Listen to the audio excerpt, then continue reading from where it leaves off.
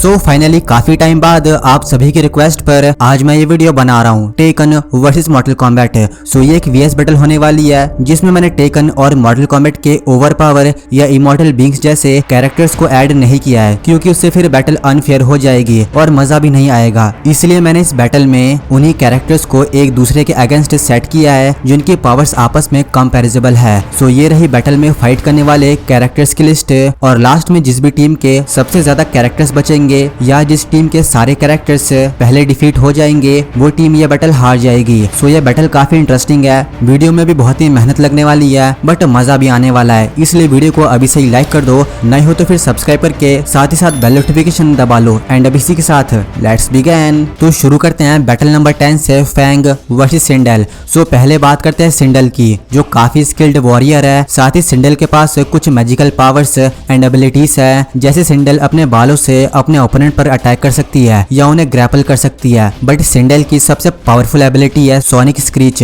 यानी कि उसकी चीख, जिससे सिंडल अपने अपोनेंट्स को कुछ सेकंड के लिए स्टन कर सकती है। इवन अगर सिंडल ने फैंग पर ज्यादा सोनिक स्क्रीच किया या अगर कोई अपोनेंट वीक होता है तो सोनिक स्क्रीच से उसका सर भी फट सकता है। इसलिए फाइट में फैंग को सिंडल के दो चीजों से बचना बहुत जरूरी है, एक तो उसके बाल और दूसरी उसकी चीख। सो अब बात करते हैं फैंग की। सो फैंग के पास ऐसी कुछ स्पेशल पावर तो नहीं है, या है भी तो अभी तक नहीं दिखाई गई है, बट फैंग ने अपनी लाइफ में इतनी हार्ड और इतनी ज्यादा ट्रेनिंग की है कि गॉड फिस्ट की पावर से फैंग की स्ट्रेंथ सिंडल से तो बहुत ही ज्यादा है। फैंग बड़े से बड़े चट्टान को अपने एक नॉर्मल पंच से ही उसके टुकड़े कर सकता है। और अब करंटली फैंग के पास ड्रैगन गॉड की भी पावर है, जिससे फैंग की पावर्स और भी ज्यादा बढ़ गई है। इसलिए पर्सनली मुझे ऐसा लगता है कि सिंडल की सोनिक स्क्रीच से फैंग को ज्यादा कुछ नहीं होगा, वो इसे सह सकता है। और फैंग के पास इतनी ज्यादा स्ट्रेंथ है कि वो सिंडल से दूर रहकर भी फाइट कर सकता है, क्योंकि सिंडल की सोनिक स्क्रीच ज्यादा दूर तक ट्रैवल नहीं कर सकती। इसलिए बैटल में फैंग के जीतने के चांसेस ज्यादा है। So winner is Fang.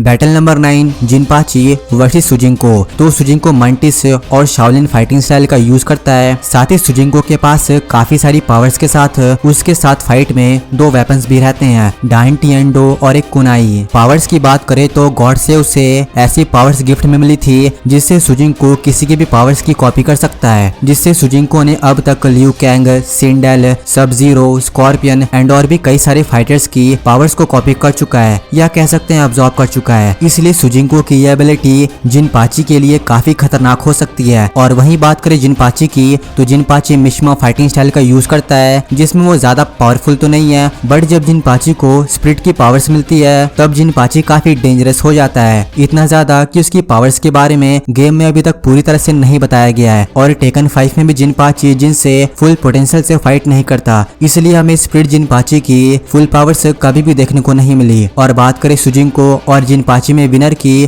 तो ये फाइट काफी क्लोज होगी और विनर का भी आइडिया मैं नहीं लगा पा रहा हूँ, क्योंकि जिनपाची की फुल पावर्स के बारे में हमें नहीं पता और सुजिंको काफी बूढ़ा हो जाने के कारण उसकी पावर्स पर काफी फर्क पड़ा है। इसलिए मैं ये बैटल ड्रॉ रखता हूँ, या आप मुझे कमेंट में बता सकते हो दोनों में से कौन विनर होगा। So now next battle Lars versus sub zero. So Lars के बारे में आपको पता ही है, वो एक नॉर्मल ह्यूमन है जो फाइट में अपनी फाइटिंग स्किल्स और अपने आर्मी वाले वेपन्स पर ही डिपेंड रहता है। बट सब जीरो की बात करें तो सब जीरो कोई एक ह्यूमन नहीं है, बल्कि दो भाइयों का टाइटल है। इसलिए मैंने इस बैटल में क्वेलियन को ऐड किया है, जो लार्स को एक बार में ही मार सकता है। लार्स उसके सामने कुछ नहीं है, क्योंकि क्वेलियन के पास लार्स को मारने के लिए इतनी सारी पावर्स हैं कि अगर मैं बताना स्टार्ट करूं तो वीडियो में ही 10 मिनट चला जाएगा। इसलिए बस क्वेलियन के बारे में इतना जान लो कि क्वेलियन क्रायोमेंसेस के ग्रुप में जाना जाने वाले आउटर वर्ल्ड के ईडनियन की एक जाति से हैं, जिनके पास आइस को कंट्रोल करने की power generation to generation pass होती आ रही है। और इस बैटल में क्वेलियन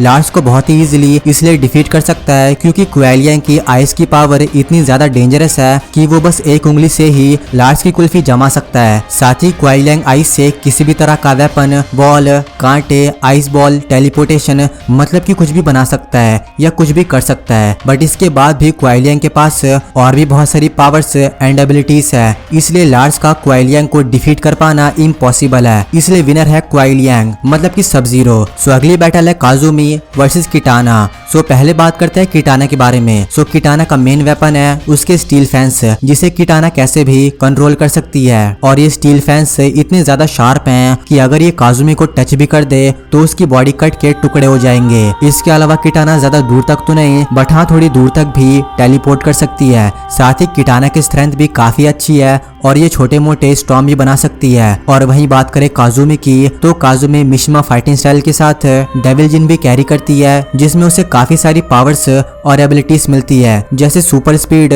सुपर फ्लाई, ड्यूरेबिलिटी, स्ट्रेंथ और लेजर बीम। साथ ही काजुमी भी डेविल है, तो उसके पास भी जिन और काजुया के जैसे ट्रू डेविल फॉर्म होगा, जो गेम में तो नहीं दिखाया गया है बट आई थिंक जरूर होगा। इसलिए काजुमी के पास डेविल जिन का एडवांटेज होने के कारण काजुमी किटाना को डिफीट कर सकती है, क्योंकि अगर किटाना के स्टील फैंस को छीन लिया जाए या डिस्ट्रॉय कर दिया जाए तो किटाना काफी वीक पड़ जाएगी। इसलिए विनर है Kazumi. So next battle Raiden versus Paul. अब हाँ मैं जानता हूँ मैंने पॉल के साथ नाइंसाफी की है, क्योंकि पॉल एक नॉर्मल ह्यूमन है जिसने लाइफ में ज्यादा कुछ नहीं उखाड़ा है। बेचारे की किस्मत जो खराब रहती है, ट्रैफिक में फंस जाता है। और वहीं रेडिन के बारे में तुम्हें पता ही होगा, रेडिन एक गॉड है बट वो इमॉर्टल नहीं है, उसकी भी कुछ लिमिट्स हैं। बट रेडिन के पास पावर्स की कोई कमी नहीं है, क्योंकि थंडर का गॉड होने के कारण रेडिन lightning, electric, fly, teleportation and और भी कई सारी पावर्स के साथ रेडिन के पास लाइटनिंग स्टाफ भी है, जिसे रेडिन एज अ फाइट में वेपन के तौर पे यूज करता है। सो अब तक तुम समझ ही चुके होंगे कि पॉल रेडिन को डिफीट नहीं कर सकता।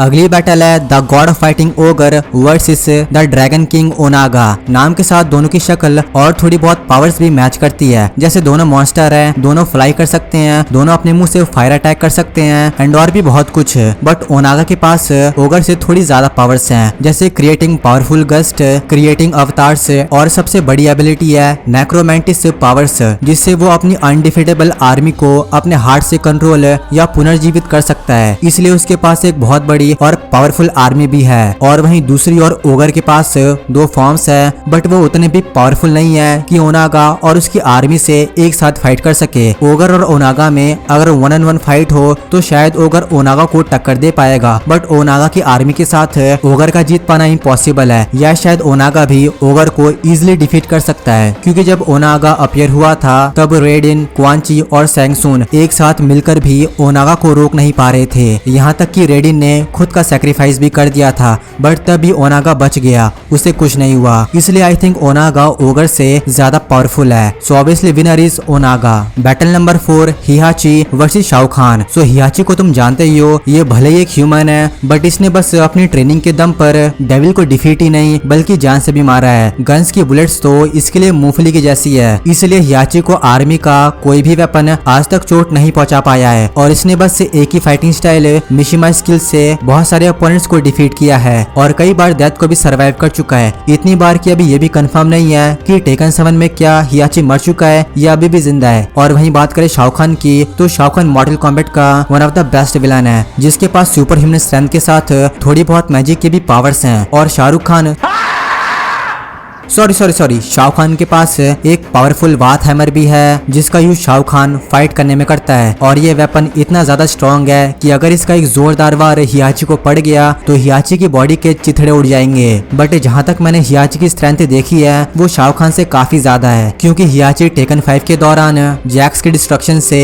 इतना बड़ा विस्फोट होने के बाद भी हियाची बच गया था। यहाँ तक कि हियाची ने टेकन 7 में काजुया को इतना मारा था कि वो भी थकते हुए अपने ट्रू डेविल फॉर्म से ह्यूमन फॉर्म में ट्रांसफॉर्म हो गया था। सो आई थिंक शाओ खान के पास एक वेपन का ही बस एडवांटेज है, क्योंकि उसकी मैजिक पावर्स हमें ना के बराबर देखने को मिली है और हियाची तो बुलेट्स को अपने दांतों से रोक देता है। सो आई थिंक हैमर से हियाची को उतना फर्क नहीं पड़ेगा। और शाओ खान ने जब भी किसी अपोनेंट से फाइट की है तो उसके साथ ही क्वांची और सैंगसुंग होते थे, बट मॉर्टल कॉम्बैट 11 में ये दोनों ही नहीं थे। इसलिए शाओ खान को कई बार हार का सामना करना पड़ा है। इसलिए ये फाइट काफी क्लोज और ब्रूटल तो होगी, बट हियाची के विनिंग के चांसेस ज्यादा है, इसलिए बैटल में विनर है हियाची। सो अब स्टार्ट होता है मेगा वर्सेस बैटल, जिसमें बहुत पावरफुल कैरेक्टर्स हैं। सो बैटल नंबर 3 अकुमा वर्सेस क्रोनिका। सो पहले बात करते हैं अकुमा के बारे में, जो ट्रेनिंग में इतना डूब गया है कि फाइट में बस उसका एक ही रूल है, मरो या मारो। इसलिए अकुमा एक ह्यूमन से डीमन बन चुका है, जिसके पास दो फॉर्म्स है। एक तो शिन अकुमा, जिसमें अकुमा की पावर्स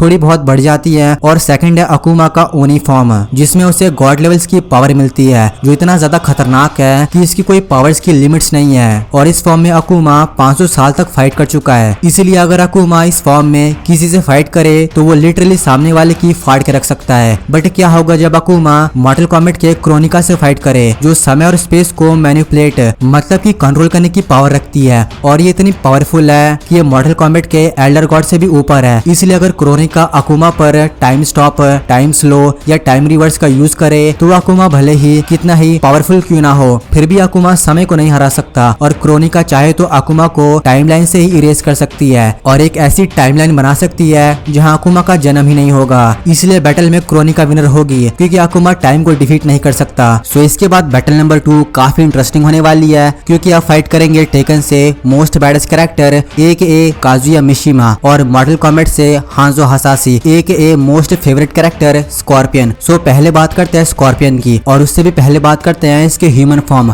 हांजो हासाशी की। सो हांजो एक फॉर्मल शिरायरियू क्लैन का निंजा है, इसलिए इसकी फाइटिंग स्टाइल भी निंजित्सु है। साथ ही हांजो काफी सारे वेपन्स को भी कैरी करता है जैसे axe, long sword, ninja sword, Mugai Ryu, tanto और हमारा फेवरेट वेपन कुनाई। एंड इसके बाद बात करें स्कॉर्पियन की तो हांजो मरने के बाद हेल में चला जाता है जहां क्वांची नाम का एक डीमन जो बहुत ही हरामी होता है वो हांजो को स्कॉर्पियन के रूप में फिर से जिंदा करता है। इसलिए अभी हांजो से स्कॉर्पियन बन चुका है जिसके पास फायर मैनिपुलेशन की पावर है। साथ ही Scorpion spear, flames, fire ball, crushing ball, hell fire punch, leg take down, air throw, demon slam and और भी कई सारी पावर्स के साथ सबसे बड़ी पावर है फायर से इम्यून, शॉर्ट टेलीपोर्टेशन और फायर ब्रेथ, जिसमें वो अपना मार्क्स निकाल आग उगलते हुए किसी को भी भस्म कर सकता है। और अब यही बात करें काजुया के बारे में तो काजुया पहले एक अच्छा बंदा था बट अब नहीं, अब उसे बस पावर का नशा है। इसलिए काजुया पावर पाने के लिए कुछ भी कर सकता है। साथ ही काजुया के पास डेविल्स की भी पावर है, इसलिए उसके पास डेविल्स के 2 फॉर्म है। साथ ही काजुया अपने ह्यूमन फॉर्म में भी अपने फादर हियाची के जैसे मिशिमा फाइटिंग स्टाइल का यूज करता है। इसलिए काजुया को भी वेपन से कुछ खास फर्क नहीं पड़ेगा। बट हाँ, जब स्कॉर्पियन अपने वेपन्स में अपने फ्लेम्स को ऐड कर देगा तब काजुया को इससे डैमेज हो सकता है। और वहीं बात करें काजुया के डेविल्स फॉर्म की तो काजुया अपने हाफ डेविल फॉर्म में भी काफी पावरफुल हो जाता है। उसे सुपर ह्यूमन स्ट्रेंथ मिलती है, सुपर फ्लाई कर सकता है। इवन काजुया अपनी थर्ड आई से लेजर बीम भी अटैक कर सकता है और इस फॉर्म में काजुया स्कॉर्पियन पर भारी पड़ सकता है। बट स्कॉर्पियन के पास भी एक कमाल की पावर है जो काजुया के हाफ डेविल को टक्कर दे सकता है एंड वो है स्कॉर्पियन का काजुया को हेल में ले जाना। जहां अगर स्कॉर्पियन काजुया को टेलीपोर्ट कर हेल में फाइट करेगा तो ये काजुया के लिए काफी डेंजरस हो सकता है क्योंकि स्कॉर्पियन के पास हेल की ही फायर पावर है। इसलिए हेल में अगर स्कॉर्पियन किसी अपोनेंट से फाइट करता है तो उसकी पावर्स धीरे धीरे बढ़ती जाती है। इसलिए अब यहाँ काजुया के डिफीट होने के चांसेस बढ़ जाते हैं। बट अब फाइनली अगर काजुया स्कॉर्पियन से हेल में फाइट कर रहा है तो काजुया के पास एक ही रास्ता है एंड वह है उसका लास्ट ट्रू डेविल फॉर्म, जिसमें अगर काजुया ट्रांसफॉर्म हो गया तो काजुया इतना ज्यादा पावरफुल हो जाएगा कि भले स्कॉर्पियन हेल में फाइट कर रहा है तो भी वो काजुया के ट्रू डेविल फॉर्म का सामना नहीं कर सकता क्योंकि इसमें काजुया की स्पीड और पावर्स इतनी ज्यादा बढ़ जाती है कि स्कॉर्पियन तो उसे देख भी नहीं पाएगा। इसलिए मेरे हिसाब से तो स्कॉर्पियन काजुया के हाफ डेविल तक ही फाइट कर सकता है, वो भी हेल में। बट स्कॉर्पियन काजुया के ट्रू डेविल का सामना नहीं कर सकता। सो विनर इज काजुया। सो अब लास्ट बैटल होगी protagonist versus protagonist, I mean Jin Kazama versus Liu Kang. So पहले जिन की बात करते हैं। जिन के पास भी काजुया के ही जैसे सारी पावर्स और डेविल्स फॉर्म है क्योंकि ऑब्वियसली जिन काजुया का सन है। बट जिन के पास काजुया से थोड़ी सी ज्यादा पावर्स हैं। जैसे काजुया एक फाइटिंग स्टाइल में मास्टर है तो जिन 3 मार्शल आर्ट में मास्टर है। डेविल काजुया सुपर फ्लाई कर सकता है तो डेविल जिन सोनिक की स्पीड से फ्लाई कर सकता है। इसके अलावा जिन के पास टेलीकिनेसिस की भी पावर है जिसमें वो बिना किसी को टच किए किसी पर भी अटैक कर सकता है। और जिन एंड काजुया के पंचेस इतने ज्यादा पावरफुल होते हैं कि अगर एक पंच लियू कैंग को पड़ गया तो उसे ऐसा फील होगा जैसे उसे कोई बम फेंक के मार रहा हो। और ये सब तो बस जिनके ह्यूमन फॉर्म और उसके हाफ डेविल फॉर्म की पावर्स हैं, जबकि जिनके पास भी ट्रू डेविल फॉर्म है जो काजुया से भी ज्यादा पावरफुल है। और यही बात करें लियू कैंग की पावर्स के बारे में तो लियू कैंग के पास कुछ खास पावर्स नहीं है। ज्यादा से ज्यादा flying kicks, bicycle kicks, fire ball और ड्रैगन हेड, बस इतनी एबिलिटीज हैं। बट हाँ, लियू कैंग की फाइटिंग स्किल्स काफी ज्यादा हैं, इतनी ज्यादा कि बस लियू कैंग ने अपनी फाइटिंग स्किल्स के दम पर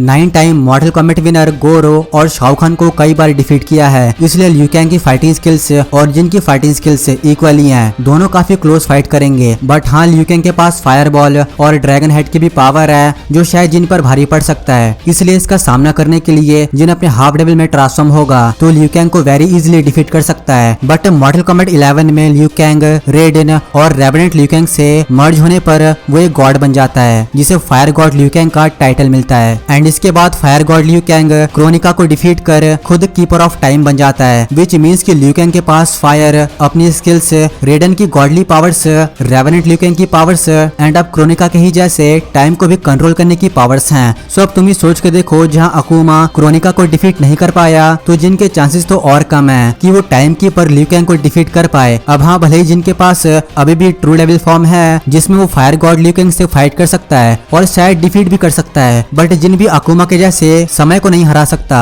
इसलिए फायर गॉड लिu कैंग के पास टाइम मैनिपुलेशन की पावर होने के कारण वो चाहे तो एक बार में टेकन के सारे फाइटर्स को इरेज कर सकता है। इसलिए भले ही टेकन के कैरेक्टर्स काफी पावरफुल हैं हर मामले में, बट टेकन में अभी तक ऐसा कोई कैरेक्टर नहीं है जो समय को डिफीट कर पाए। इसलिए बैटल में लिu कैंग विनर है और इसके ही चलते टीम मॉडल कॉम्बैट विनर बनती है। सो दैट्स इट गाइस, यही थी आज की वीएस बैटल। और अगर आप चाहते हो कि मैं ऐसे ही और भी बैटल्स बनाऊं तो अपने आइडियाज मुझे कमेंट में बता सकते हो। और जाते हुए प्लीज यार वीडियो को लाइक कर देना, नहीं हो तो फिर सब्सक्राइब करके साथ ही साथ बेल नोटिफिकेशन दबा लेना। और मिलूंगा मैं आपसे अपनी अगली वीडियो में, तब तक के लिए good bye and take care.